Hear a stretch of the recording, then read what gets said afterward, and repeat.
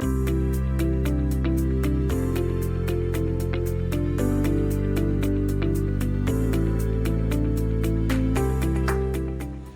good people, welcome to another learning moment with me, Nobeline Chirabo. I'm here to equip you so you can unlock your potential. Today I want to share about emotional intelligence. This is going to be a two-part teaching. So in this session, I'll be talking about the first aspect of emotional intelligence, and in the second session, I will wrap it up talking about social competences. So we're going to start by looking at what emotional intelligence is, how do you recognize it in yourself, how do you recognize it in other people, and then we'll wrap up sharing about what are some of the things you can do to build your emotional intelligence. To get us started, what is emotional intelligence? Emotional intelligence is the ability to recognize, understand, and manage your own emotions, as well as the ability to recognize, understand, and influence other people's emotions. The critical thing for us to understand here is you can manage your own emotions, but you cannot manage other people's emotions. You can only influence other people's emotions. There are two dimensions of emotional intelligence. One is what we call your self-competence, and the second is what we call social competence.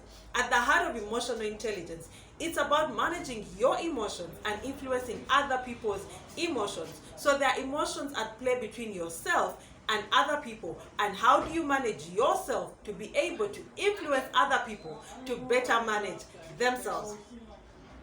Under self-competences, we basically talk about two things, that is self-awareness and self-management. Now, you cannot manage what you don't know. So for you to be able to exercise self-management, you need to be self-aware.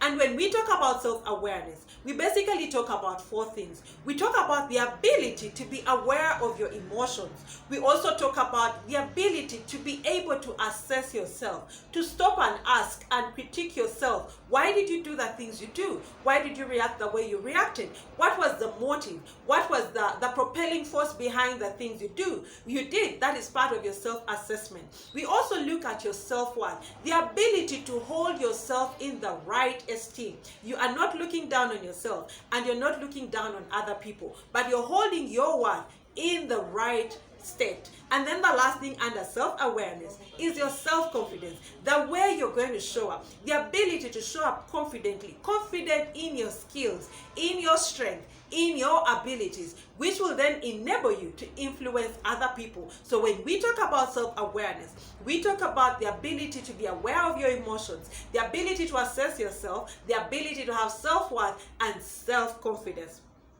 The other aspect of your self-competences is what we call self-management. How do you manage yourself? Now that you understand your behavior, now that you understand your emotions, now that you know your thought process, are you able to manage yourself? Under self-management, we look at self-control, the ability to control yourself, the ability to control your emotions under pressure, under tension. How do you respond to circumstances? That is your responsibility.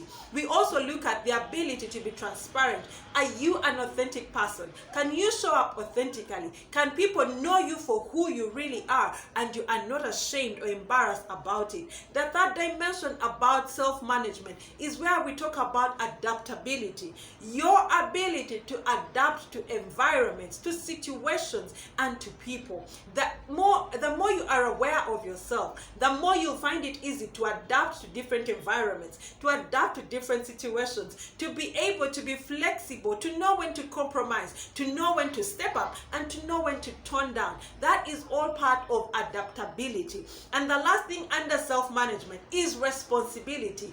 You being able to take responsibility for your actions and your emotions. It's not finding a scapegoat. It's not blaming it on other people, but owning up and know that in every situation you have a choice. In every response you have a responsibility. So responsibility is part of self-management. So when we think about self-management, We think about your self-control. We think about transparency or being authentic. We think about adaptability, and we think about responsibility. So in talking about self-competences regarding your emotional intelligence, these are the things that you need to be able to grow in yourself, to be able to nurture. When you are evaluating yourself at a personal level regarding emotional intelligence, then you are looking at your self-awareness and self-management and all these sub-dimensions that come into it.